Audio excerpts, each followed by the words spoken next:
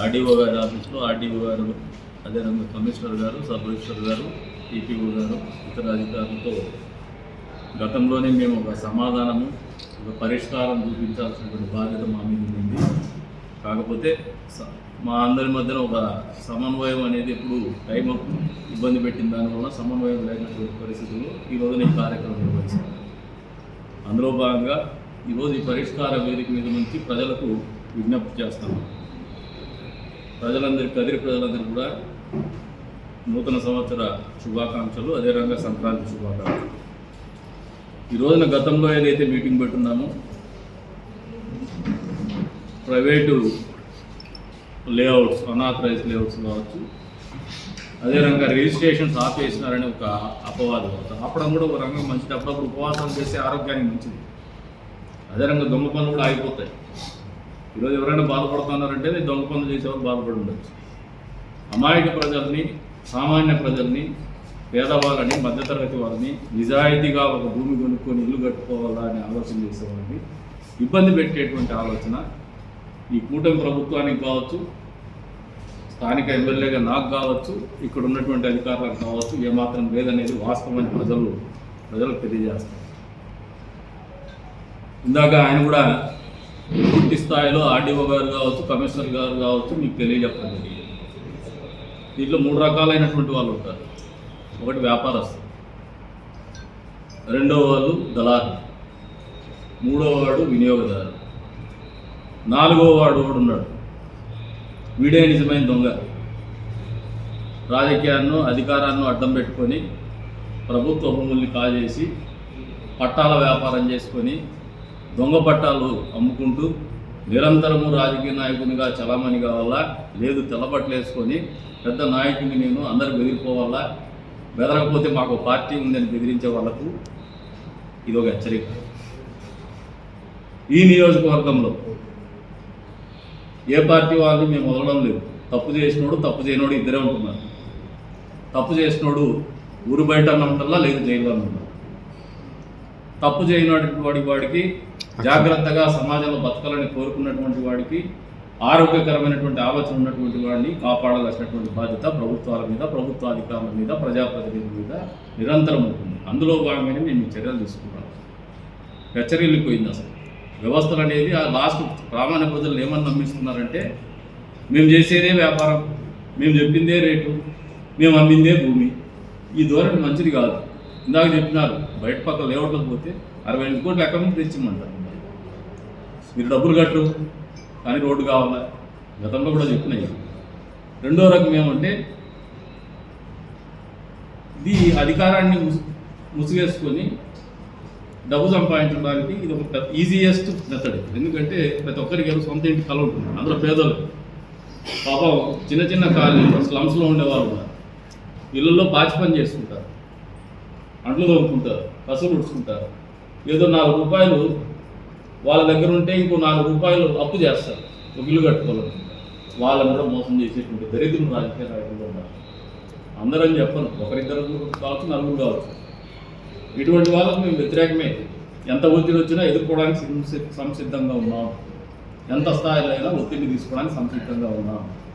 రెండోది, ఇందాక కమిషనర్ గారు కూడా చెప్పడం మర్చిపోయారు.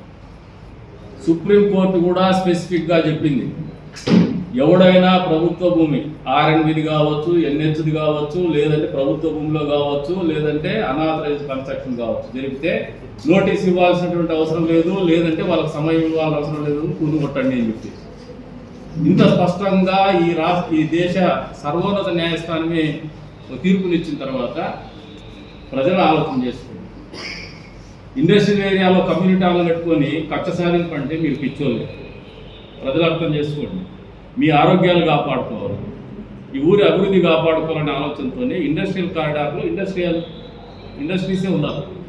రెసిడెన్షియల్ ఏరియాస్ పనికిరావు. దాన్ని చేసుకోవాలంటే ఒకవేళ అక్కడ ఉన్నట్టు మారినటువంటి పరిస్థితులు అయితే మార్చాలంటే ప్రభుత్వాలకు అధికారాలు ఉంటాయి. నా అంతకు నేను, ఆయనంతకు ఆయన, మేము నిర్ణయాలు తీసుకుని అమలు కావాలంటే జరగదు. వ్యవస్థలు ఉంటాయి, కట్టుబాట్లు ఉంటాయి, ప్రభుత్వాలు ఉంటాయి. అవన్నీ కూడా మన కోసం చేసినట్టువే. ప్రజా జీవితము అస్తవ్యస్తం కాకుండా, స్తంభించకోకుండా పరిపాలన జరగాలనే ఆలోచనతో చేసినట్టువే వ్యవస్థ. దానికి కట్టుబడే ఉంటాయి. సౌకర్యాలు కల్పించడం కోసమే కానీ మా స్వలాభాపేక్ష ఏమీ లేదు, మా ధనార్జన ఏమీ లేదు మాకు. కాబట్టి సహృదయంతో అర్థం చేసుకోమంటాను, మీకు పరిష్కారం చూపిస్తాను, ఇప్పటికీ వెసులుబాటు ఇస్తాను. నేను గతంలో కూడా వెసులుబాటు ఇచ్చినా మీరు వాడుకోలేదు, మీరు డబ్బులు కట్టుకోలేదు. రూరల్ ఏరియాలో అయితే సబర్బన్ ఏరియాలో ఏదైతే ఉందో ఆ ఏరియాలో కూడా సంబంధిత గ్రామ పంచాయతీలు వేసి పంచాయతీ సెక్రటరీతో ఎండార్స్మెంట్ తీసుకొని తహసీల్దార్ ఆఫీసులో వేసి మీరు కట్టాల్సినటువంటి రెగ్యులరైజేషన్ ఛార్జెస్ కట్టేసి ఆ రసీదు తీసుకొని సబ్ రిజిస్టర్ ఆఫీసులో ఇవ్వండి. ఇంత పారదర్శకంగా మీకోసం మీరు ఆలోచన చేస్తాను. మాకల్లా కావాల్సింది ఏదైతే ప్రభుత్వానికి రావాల్సిన డబ్బులు ఖచ్చితంగా రావాలా, ప్రజలకు ఏర్పాటు చేయాల్సినటువంటి కనీస అవసరాలు మౌలిక సదుపాయాలు మేము ఏర్పాటు చేయాలని ఆలోచనతో చేస్తున్నటువంటి కార్యక్రమం ఇది. ఎక్కడ కూడా ఒక ఇబ్బంది పెట్టాలని ఆలోచన చేస్తున్నటువంటి కార్యక్రమం కాదు. ఊరు బాగుపడాలా, ఊర్లో జీవన ప్రమాణాలు మెరుగుపడాలని ఆలోచనతో చేస్తున్నటువంటి కార్యక్రమం కాబట్టి సహృదయంతో అర్థం చేసుకుంటారని చెప్పేసి మా కూటమిలో ఉన్నటువంటి పార్టీ సభ్యులకు కూడా మేము వ్యక్తిగతంగా కూడా మాట్లాడదలుచుకున్నాం. మా స్టాండ్ క్లియర్గా చెప్పదలుచుకున్నాం. కొన్ని పెయిన్ఫుల్ కూడా ఉండొచ్చు, నన్ను కూడా అనొచ్చు, దగ్గర ఉండేవాడిని ఉన్న ఖర్చు సాధింపుతో చేస్తున్నారని. నేను ఆ బ్లేమ్ కూడా తీసుకునే వెరవలా. ఎందుకు వెరవలేదంటే నేను అటువంటి ఆలోచన పోయినానంటే ఇది అమలు చేయలేదు. సమ్మర్ నేషనల్ వెళ్ళాక ఊరో ఫిలిమెంట్లో గంట కట్టలేదు. ఆ ఫిలిమెంట్లో గంట కట్టడం మనకు కొంచెం ఇబ్బంది, కానీ మేము ఆ ఇబ్బంది పడము, ఖచ్చితంగా అమలు చేస్తున్నాము. కాకపోతే ప్రజలు కూడా సహృదయంతో అర్థం చేసుకొని మనందరి జీవితాల కోసం ఆలోచన చేసి తీసుకుంటున్నటువంటి నిర్ణయము. ఎవడైనా రాజకీయ అపేక్షతో చెప్పేటువంటి మాటలు కూడా మేము వేసేటువంటి పరిస్థితులు లేవు. ఏదో బజార్లో కూర్చొని అట్లా చేసేసి ఇట్లా చేసేసి భూములు రియల్ ఎస్టేట్ పెడిపోయారు. రియల్ ఎస్టేట్ నిజంగా ఉండే వాల్యూ ఖచ్చితంగా వస్తుంది. భూములు ఏ రేటు పలుకుని ఆ రేటే పలుకుతుంది. లేని రేటు మీరు పలికించాలంటే ఇంక పలకదు. ఎందుకంటే మీ తీగలు తీగిపోయాయి. మీరు టింగ్ కావాలంటే టింగ్ మోగదు. కాబట్టి ప్రజలు మోగిస్తారు. ఇప్పటి నుంచి టింగ్ ఎంత రేటు మోగించాలో వాళ్ళే మోగిస్తారు. కాబట్టి మీరు మోగించలేదు. కాబట్టి మీరు అర్థం చేసుకొని మీ నోళ్ళకు కూడా మూత పడతాయి. వచ్చే రోజుల్లో వాస్తవ ధరలు ఏవైతే ఉన్నాయో ఆ ధరలే కలుపుతాయి. భూముల ధరలు కూడా మధ్యతరగతి వాళ్ళకు కూడా భూములు అందుబాటులోకి వస్తాయి. మధ్యతరగతి వాళ్ళు కూడా ఇల్లు కట్టుకోవాలా, మధ్యతరగతి వాళ్ళు కూడా హౌస్ సైట్ కొనాలా, దిగువ మధ్యతరగతి వాళ్ళు కూడా హౌస్ సైట్ మీద ₹2 డబ్బులు పెట్టుకోవడం సురక్షితంగా వాని డబ్బులు వాడు కాపాడుకోవాలా. పాచి పని చేసుకునే వాళ్ళు, అంటు దొంగకునే వాళ్ళు ₹2 దాచిపెట్టుకొని ఏదో కాలనీలో పట్టాలు తీసుకొని పాపం వాళ్ళకి తెలియక పట్టాలు కొనడము తప్పే, అమ్మడము తప్పే. అది ఉచితంగా ప్రభుత్వాలు ఇచ్చేది. దానికి ఏదైనా డబ్బులు ఇచ్చిన వాళ్ళకి కూడా చెప్తాను, నన్ను ఇప్పటికైనా కరెక్ట్ చేసుకోండి. మీరు ఎవరికి భయపడాల్సిన పని. మా దగ్గర కొన్ని కంప్లైంట్స్ వచ్చినాయి, వాటిని కూడా ప్రాసెస్ చేస్తాను. వచ్చే రోజుల్లో కఠినంగా వ్యవహరిస్తాను. ఆలోచనతో చేసినట్టు వ్యవస్థ దానికి కట్టుబడే ఉంటాయి. వచ్చే రోజుల్లో ఇందాక చెప్పినారు ఒక నెలని కాదు, నెల కాదు 2 నెలలు ఏమంటారు సమయం కమిషనర్ గారికి. మాకేదో అర్జెంటుగా 30 రోజుల లోపల ఎవరినో ఖర్చు సాధించాలని ఆలోచన లేదు. 60 రోజులు టైం తీసుకోండి. అవసరమైతే ఇంకో నెల కూడా ఎక్స్టెండ్ చేద్దాం. వాళ్ళు మీరు రెగ్యులరైజ్ చేసుకోండి. డబ్బులు కట్టి మున్సిపాలిటీ వాళ్ళ డబ్బులు వచ్చి మన ఊరికి పనులు జరగండి అయ్యా. కాలువలు తీసేదానికి డబ్బులు ఉండవు, రోడ్లు వేసేదానికి డబ్బులు ఉండవు, వీధి లైట్లు వేసేదానికి డబ్బులు ఉండవు, పారిశుద్ధ్య పనులకు డబ్బులు ఉండవు, డీజిల్ బంకులకు డబ్బులు కట్టేదానికి డబ్బులు ఉండవు. రెవెన్యూ జనరేషన్ వస్తే ఊరి పరిస్థితి మారుతుంది, మున్సిపాలిటీ స్థాయి పెరుగుతుంది, మన జీవితాల్లో కూడా విలువలు పెరుగుతాయి, ప్రమాణాలు పెరుగుతాయి. ఇవన్నీ కూడా మన దగ్గరే ఉంది, మనం చేసుకోవాల్సినవి. కాబట్టి అందరికి అప్పీల్ చేస్తాం. ప్రత్యేకించి రాజకీయ ముసుగులో ఎవరైతే అధికారాన్ని అడ్డం పెట్టుకొని మేము ఏమైనా చేయగలిగినాము, చేస్తాము, చేయబోతాము, మేము ధర్నా చేస్తామంటే మీకు ప్రొటెక్షన్ ఇచ్చి ధర్నా చేపిస్తాం. మాకేం ఇబ్బంది లేదు. మీరు ధర్నాలు చేస్తారంటే మేము ఎక్కడ కూడా అడ్డుకోము. We welcome them, స్వాగతిస్తాం. వాళ్ళు ధర్నా ఎందుకు చేసినారో ప్రజలకు అర్థం కానివ్వండి. ప్రజలకు తెలియజెప్పాలి. వాళ్ళందుకు వాళ్ళే రోడ్డు ఎక్కేసి నేను ఇదేం చెప్పుకునే ప్రయత్నం చేస్తే మేము ప్రొటెక్షన్ ఇచ్చి అవకాశం కల్పిస్తాం. ఈ ప్రభుత్వం అయితే గత ప్రభుత్వం మాదిరిగా గొంతు నొక్కేసేటువంటి కార్యక్రమం చేయకూడా. మొన్నటికి నాకు చెప్తాను, ఎవరు వైసీపీ వాళ్ళు కరెంటు దాని మీద అయితే నేను చెప్పా, నాకు కూడా సలహా ఇచ్చే కేసులు అవసరం లేదబ్బా. వాళ్ళు నమ్మరు ప్రజలు. కరెంటు బిల్లులు పెంచిందే జగన్మోహన్ రెడ్డి. ఈరోజు కరెంటు కష్టాలు ఏమైనా కరోనా సమయంలో తెలియకుండా పెంచినట్టు జగన్మోహన్ రెడ్డి. ప్రజలు ఇంకా మర్చిపోవాలి. అందుకే 11 సీట్లు ఇచ్చింది. వాళ్ళ గొంతు నొక్కే ప్రయత్నం చేయొద్దు. దొంగ అని అరుస్తానట్టు ప్రజలకు కనపడినప్పుడు వాళ్ళు అసహించుకునే పరిస్థితి ఉంది. కాబట్టి వాళ్ళకి అవకాశం ఇచ్చేసేయండి కూడా చెప్తున్నాం. మేము ఎక్కడ అడ్డుకోవడం లేదు. ప్రజాస్వామ్యంలో మాకు చాలా నమ్మకం ఉంది. ప్రజాస్వామ్యబద్ధంగా మీరు చేయగలిగిన ధర్నాలు చేసినట్టు చేసుకోండి. మాకు we don't have any objection. Protection కూడా ఇస్తాం, ఇబ్బంది లేకుండా. పోలీస్ ప్రొటెక్షన్ ఖచ్చితంగా ఇస్తాం. రోడ్డు ఎక్కి మీకు ఏం అన్యాయం జరిగిందో గొంతెత్తి మాట్లాడండి. దానికి అధికారుల నుంచి, అధికార పక్షం నుంచి కూడా సమాధానం వస్తుంది.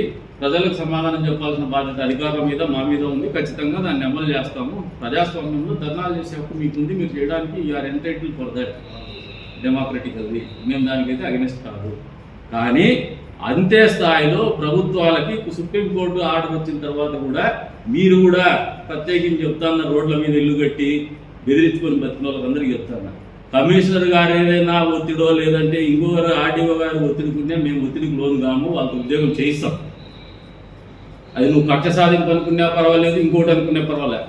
మాకు కూడా 6 నెలల పరిపాలనలో మాకు ఒక ప్రోగ్రెస్ రిపోర్ట్ వచ్చింది. ప్రజలు సంతోషంగా ఉన్నారు, ప్రజలు అప్రిషియేట్ చేస్తున్నారు, గుడ్ గవర్నెన్స్ కావాలని ఎక్స్పెక్ట్ చేస్తున్నారు. అనునిత్యము ఇటువంటి దొంగ పనులను ప్రోత్సహించే మూడులో ప్రజలు లేరు, అసహించుకుంటున్నారు. నిరంతరం డబ్బులు ఆపేక్ష పెట్టుకొని అవినీతిని ప్రోత్సహించేటువంటి నాయకుల్ని ప్రజలు ఆదరించేటువంటి పరిస్థితులు లేరు. మాకు స్పష్టతమైనటువంటి సందేశాలు వాళ్ళే ఇస్తూ ఉన్నారు. అదే రంగా చెప్తున్నా, ఈ నియోజకవర్గంలో దాదాపు 91-92 నుంచి సిఎండ్ఐజీ మిషన్కి సంబంధించి, చర్చాస్తులకు సంబంధించి కుంభకోణానికి మూల కేంద్రము కదిరిగానే ఉంది. దీని మీద మొన్నటి కలెక్టర్ గారి మీటింగ్లో నేనే ఒక ఎంక్వైరీకి అడిగినాను. దీని మీద పూర్తి స్థాయిలో దర్యాప్తు చేయమని చెప్పేసి అడిగినాను. సిఎండ్ఐజీ చర్చికి సంబంధించినటువంటి ఆస్తుల క్రయ విక్రయాల మీద కూడా నిలుపుదల ఉత్తర్వులు జారీ చేయమని చెప్పేసి కూడా అడిగినా, దానికి ఆయన స్పందిస్తూ వెంటనే చేస్తాము, మీరు రిప్రజెంటేషన్ ఇవ్వమన్నారు, ఒక లెటర్ పెట్టమన్నారు. నేను లెటర్ కూడా పెడతాను. వచ్చే రోజుల్లో ప్రజలకు చెప్తాను, సిఎండ్ఐజీ చర్చిల ఆస్తుల విషయంలో పూర్తి స్థాయిలో వాస్తవాలు వెలుగులోకి తీసుకొస్తాం. దీంట్లో దొంగలు ఎవరో ఖచ్చితంగా తేలుస్తాం. అప్పుడప్పుడు పారిపోయే వాళ్ళు మీకు ఒక ఎక్స్క్యూజ్ కింద మాకేదో ఆస్తి తగాదు, మీకు ఆస్తి తగాదులు ఉండేకి మీరు ఎస్సీలు కాదు, లేదంటే క్రిస్టియన్స్ కాదు, మీరు పారిపోయినారు. మీకు వాళ్ళకి ఏం తగాదా ఉందో మీరు ప్రజలకు చెప్పుకోవాలా. ఏమారిస్తే ఇంకా ఏమారే వాళ్ళు ఎవరు లేరు. పూర్తి స్థాయి వాస్తవాలు అనేది వెలుగులోకి తీసుకొచ్చేటువంటి కార్యక్రమం తొందరలోనే జరుగుతుంది. కలెక్టర్ గారి ద్వారా ఖచ్చితంగా దీని మీద విచారణ, పూర్తి స్థాయి విచారణ జరగబోతోంది. చర్యలు కూడా జరగబోతున్నాయి. రిజిస్ట్రేషన్లు కూడా నిలుపుదల చేయమని చెప్పేసి కూడా నేను రెవెన్యూ అధికారులను అడిగినాను. ఆయనకు ఫస్ట్ క్లాస్ మ్యాజిస్ట్రేట్ ఏదైతే జిల్లా మ్యాజిస్ట్రేట్ అధికారిక హోదాలో ఈ రిజిస్ట్రేషన్ నిలుపుదల చేయమని చెప్పేసి కూడా కోరుతాను. ఒక్క నిమిషం please. Print and electronic media సోదరులందరికీ కూడా నమస్కారం. ఈరోజు ఈ యొక్క 2024 డిసెంబర్ 2 అవుతున్న ఈ సందర్భంలో మన గౌరవనీయులైన మన ఎమ్మెల్యే గారి యొక్క సమక్షంలో కదిరి ఆర్డీఓ ఆఫీస్లో మన మున్సిపల్ కమిషనర్ గారు, సబ్ రిజిస్టర్ గారు, మేము, అలాగే మన ఎమ్మెల్యే గారి యొక్క దీని మీద గతంలో కూడా 2-3 సార్లు మీటింగ్ కండక్ట్ చేశాము. మెయిన్ ఆబ్జెక్ట్ ఒకటే, ఎక్కడైతే ల్యాండ్ గ్రాబింగ్ యాక్ట్ అనేది ఇంపాక్ట్ అవుతున్నారో, ఎవరైతే ప్రభుత్వ స్థలాలు ఎక్కువ ఆక్రమించుకొని మాది అనేసి దౌర్జన్యపరంగా ఉంటున్నారో, ఎవరైతే కొంతమంది చేతుల్లోని భూమి అనేది ఒక రకమైన వాళ్ళకి ఒక వస్తువుగా మారడం కాకుండా పేదవారికి, ముఖ్యంగా ఎవరైతే బిలో పవర్టీ లైన్ ఉన్న ప్రజలు ఎవరికైతే వెళ్ళవలసిన హక్కులు ఆధారాలు ఉన్నాయో అవన్నీ కోల్పోతున్న సందర్భంలో గతంలోని ఏవైతే ఆథరైజ్డ్ అనాథరైజ్డ్ లేఅవుట్స్ ఏవైతే మనం క్లారిఫై చేసి కొన్ని సందర్భాల్లో ఎటువంటి రిజిస్ట్రేషన్ చేసినప్పుడు ఎటువంటి పరిమితులు, ఎటువంటి నిబంధనలు అనుసరించాలనేసి మనం బహిరంగంగా పెట్టుకుని మనం ఎక్కడైతే మీటింగ్ పెట్టుకున్నామో ఆ సందర్భాన్ని పురస్కరించుకొని 4-5 సార్లు దీనిపైన మనం కూర్చొని ఈరోజు ఒక నిర్ణయానికి కాకుండా ఏదైతే గతంలోని ఇప్పటికీ కూడా ఒకటే, ప్రభుత్వ స్థలాలు ఏవైతే ప్రభుత్వ పరంగా అబ్జెక్షనబుల్ ల్యాండ్స్ ఏవైతే ఉంటాయో గవర్నమెంట్ ల్యాండ్స్, అవి ఎవ్వరు కూడా ఆక్రమించుకోవడానికి వీల్లేదు. ఒకవేళ ఆక్రమించుకున్నట్లయితే చట్టపరంగా కూడా వాళ్ళు శిక్షార్హులు అవుతారు. అదే సందర్భంలో ఇప్పుడు ఏదైతే ఇప్పటికీ కూడా లేఅవుట్స్ కొన్ని ఆథరైజేషన్ అవుతూ ఇప్పటికి కూడా రిజిస్ట్రేషన్ అవ్వకుండా ఉండిపోయిన ఎవరైతే ఉన్నారో వాళ్ళు కొన్నింటి మీద ఇప్పుడు కొన్ని కమిటీ యొక్క ఫామ్ చేసామండి. అందులో మీకు అద్దరుగా మీకు చదువుతున్నాం. మన నియోజకవర్గ పరిధిలో అధికారికంగా లేఅవుట్స్ ఏవైనా వేయటం కానీ అవి వేసే ప్లాట్లు కానీ విక్రయించడం కానీ అనుమతించబడవు. అంటే అనధికారికంగా ఏవైనా లేఅవుట్స్ ఉన్నట్లయితే అవి ఇక మీద నుండి అనుమతించబడవు. ముఖ్యంగా ప్రభుత్వ స్థలాల్లో ఉన్నవన్నీ ఎట్టి వయసులో కూడా కొట్టేయబడుతుంది, అందులో అనుమానం లేదు. రెండోది 31/8/2019 కన్నా ముందు వేసినటువంటి అనధికారిక లేఅవుట్లు ఏవైతే ఉన్నాయో ఆ ఫ్లాట్ కొనుగోలు చేసేటప్పుడు ప్రజలు 14% లేఅవుట్ డెవలప్మెంట్ ఛార్జెస్ అనేవి చెల్లించబడాలి. ఇవి కాకుండా ప్రభుత్వాన్ని నిర్దేశించిన పెనాల్టీ ఛార్జెస్ ఏవైతే ఉంటాయో రెగ్యులేషన్ చేయడానికి ఆ టౌన్ ప్లానింగ్ ఆఫీసర్ ద్వారా మండల స్థాయిలో తహసీల్దార్ని సంప్రదించి వివరాలు తీసుకోవాలి. అదే ఇటీవల కాలంలో సుప్రీంకోర్టు లేటెస్ట్గా కేవలం ఒక 2 వారాల కిందట ఏవైతే అబ్జెక్షనబుల్ ల్యాండ్స్ ఉన్నాయో, అలాగే ప్రభుత్వ స్థలాలు ఏవైతే ఉన్నాయో వాటిపైన ఏవైనా లేఅవుట్స్ వేసినట్లయితే, పట్టణ పైన చేసినట్లయితే అవి ఎట్టే పరిస్థితులు ఆమోదించేది లేదు, అనుమతించేది లేదనేసి చాలా స్పష్టమైన డివిజనల్ బెంచ్ జడ్జిమెంట్ అనేది ఇవ్వబడింది. అదే పద్ధతిలో మనకి ఏదైతే ఇప్పుడు ప్రస్తుతం లేటెస్ట్గా మన యొక్క శాసనసభలో కూడా ఈ యొక్క కూటమి ప్రభుత్వం వచ్చిన తర్వాత కూడా ల్యాండ్ గ్రాబింగ్ యాక్ట్ అనేది తెలియబడింది, ఎందుకు తెలిసిందేను అది కూడా ఇక్కడ రెఫరెన్స్లో వస్తుందండి. సో వీటన్నిటిని ఉద్దేశించి ప్రస్తుతం ఏదైతే మన కదిరి పట్టణంలో, ముఖ్యంగా కదిరి నియోజకవర్గంలోని ఏవైతే ఇలాంటి లేఅవుట్స్ ఉన్నాయో వాటన్ని నియంత్రించడమే కాకుండా క్రమబద్ధరించేటప్పుడు ఎటువంటి నిబంధనలు పాటించాలనే ఉద్దేశంతో ఈ సమావేశం ఏర్పాటు చేయడం జరిగింది. దీనిపైన తదుపరి వివరణలు అన్నింటినీ కూడా విచారించిన తర్వాత దీనికి ఒక కమిటీ ఏర్పాటు చేసాం. కమిటీ ద్వారా వాళ్ళ యొక్క సలహాలు తీసుకున్నాము. ప్రభుత్వ పరంగా ఈ నిబంధనలు అనుసరించవలసినవి, అమలు చేయవలసిన ఎవరైతే ఉన్నారో వాళ్ళని కూడా ఇప్పుడు కూర్చోవడం జరిగింది. వీటిపై మున్సిపల్ కమిషనర్ గారు కూడా మీకు వివరాలు తెలియజేస్తారు, ఎమ్మెల్యే గారు కూడా మీతో మాట్లాడతారు. ఇవన్నీ పూర్తయిన తర్వాత ఫైనల్గా ఎస్ఆర్ఓ దగ్గరికి వెళ్ళేసాకల్లా ఎస్ఆర్ఓ దగ్గర కూడా ఎటువంటి వాళ్ళకి ఏముంటుందంటే వాళ్ళకి టార్గెట్స్ ఉంటాయి, వాళ్ళ యొక్క నిబంధన ప్రకారం ఉంటుంది. రేపు January 1 నుండి కూడా మనకి తెలిసిందే ఈ యొక్క రిజిస్ట్రేషన్ ఛార్జెస్ కూడా పెరుగుతున్నాయి. వీటన్నిటి దృష్టిలో ఉంచుకుని ఈ మీటింగ్ అనేది ఏర్పాటు చేయడం జరిగిందండి. Thank you. ఈ వివరాన్ని మొత్తం తెలియజేస్తాను. అందరికీ నమస్కారం అండి.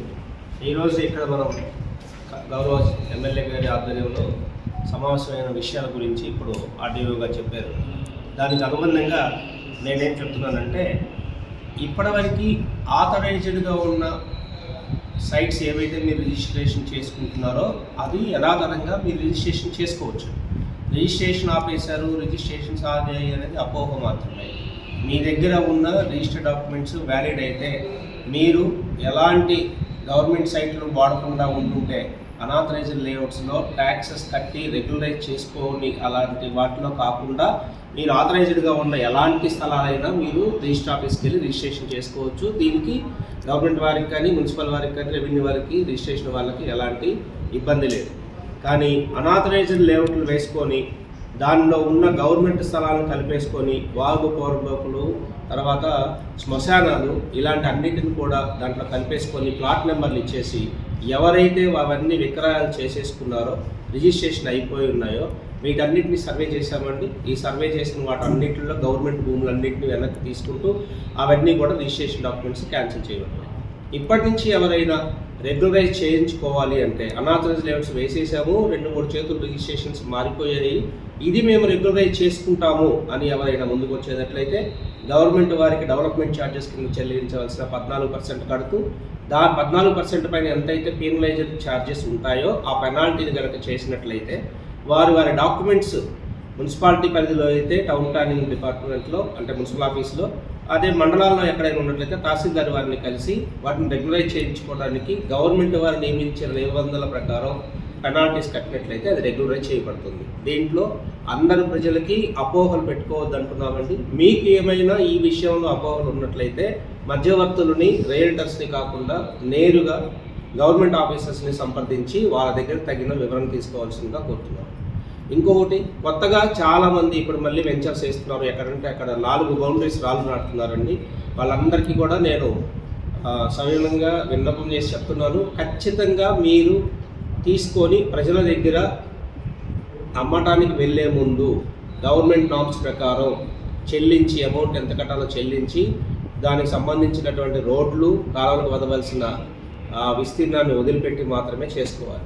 ఇప్పుడు ఎలా అవుతుందంటే అండి, ఉదాహరణకి మన కదిరిలో అవుట్స్కట్స్లో వేసిన చాలా కాలనీలు అండి 20 సంవత్సరాలు 15 సంవత్సరాల క్రితం ఎవరు పడితే వాళ్ళు వేసేశారు. అక్కడికి మనకి ఇప్పుడున్న సమస్య ఏమంటే అన్ని ఇల్లులు పెరిగిపోయినాయి, రోడ్లు లేవు, కాలువలు లేవు, నీళ్లు లేవు, కరెంట్ లేదు అనేది ఇప్పుడు మనకున్న సమస్య.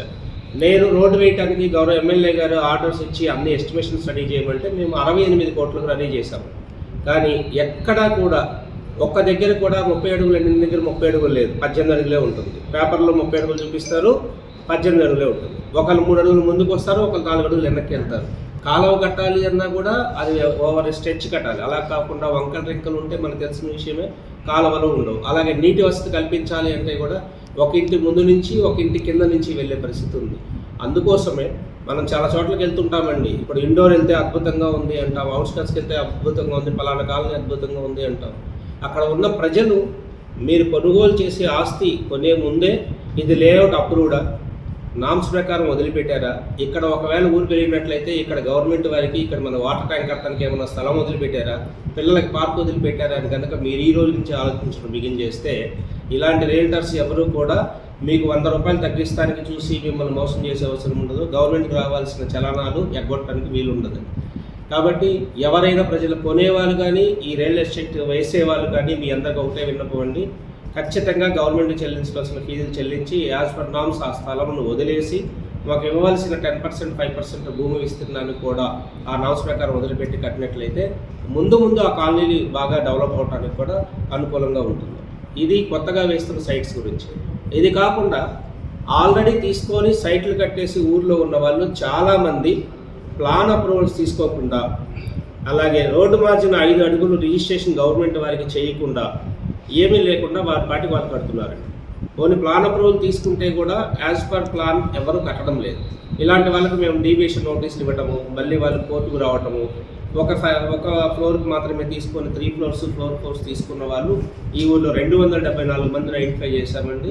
వాళ్ళందరికీ నోటీసు సర్వ్ చేశాము.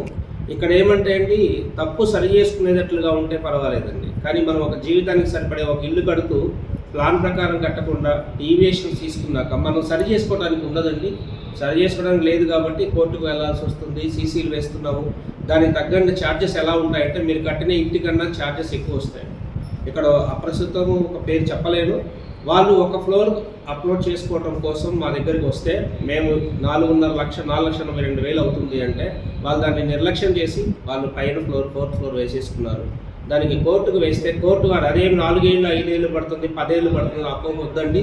ఇప్పుడు చాలా ఫాస్ట్ ట్రాక్ కోర్ట్స్ వచ్చాయి. కేవలం 8 నెలల్లో 32 లక్షల పెనాల్టీతో అతని దగ్గర మున్సిపాలిటీ వాళ్ళు డబ్బులు కట్టించుకోవడం జరిగింది.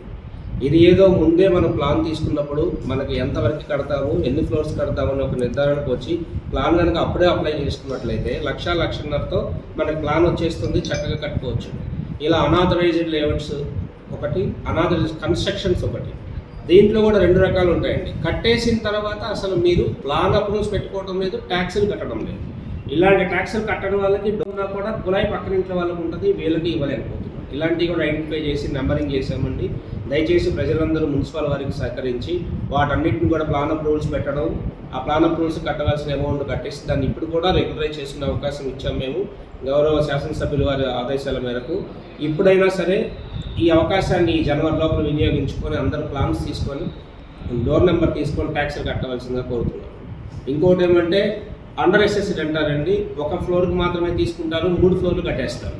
మీకు ట్యాక్స్ ఒక ఫ్లోరే వేసుకొని ఉంటారు. ఇప్పుడు కనుక మేము అది ఐడెంటిఫై చేస్తే దానికి 10 రెట్లు ఇస్తున్నామండి. మీరు ట్యాక్స్ కట్టాల్సింది 60,000 అయితే ఖచ్చితంగా 6 లక్షల రూపాయలు కట్టాలి. మళ్ళీ దాన్ని తగ్గించటము ఇంకొక వ్యక్తి కానీ ఒక కమిషనర్ కానీ ఎవరు కూడా దాన్ని తగ్గిస్తానికి ఉండదు. రింగ్ ఏరియా అనాథరైజ్డ్ అన్ఎస్ఎస్డ్ వీళ్ళు కట్టారు అని కనుక మేము ఆ సర్వే నెంబరు ఇంటి ఓనర్ని మార్క్ చేసినట్లయితే 10 టైమ్స్ వాళ్ళకి పెనాల్టీతో వస్తుందండి. మళ్ళీ వచ్చి తగ్గించాలి అన్నా కూడా ప్రజలకు మేము సహాయం చేయలేని పరిస్థితుల్లో ఉంటాం.